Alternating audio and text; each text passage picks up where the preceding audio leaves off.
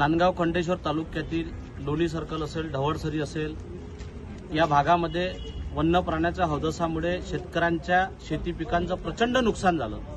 त्या नुकसान भरपाईसाठी आम्ही आज मुख्य वनसंरक्षक कार्यालयावरती धडक दिली सर्व शेतकऱ्यांना घेऊन, आणि आमची मागणी आहे जेही शासनामार्फत पैसे येते ते पैसे शेतकऱ्यांच्या खात्यात या नुकसान भरपाईच्या पंचनाम्यानुसार आम्हाला तातडीनं दिल्या गेले पाहिजे।